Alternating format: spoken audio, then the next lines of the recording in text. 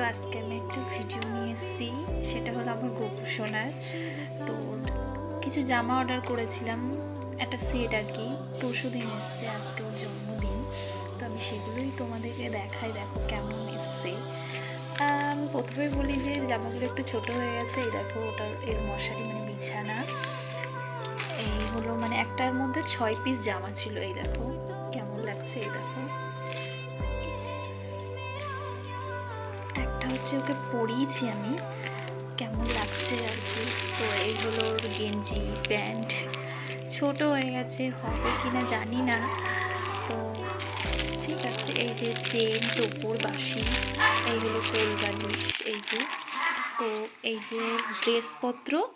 তো আজকে ওর জন্মদিন আমার গোপু সোনার। তো ওকে এখন স্নান টান করাবো, পরাবো, তারপরে সাজিয়ে গুছিয়ে তোমাদের সামনে নিয়ে আসবো। কেমন লাগছে জানিও আমাকে।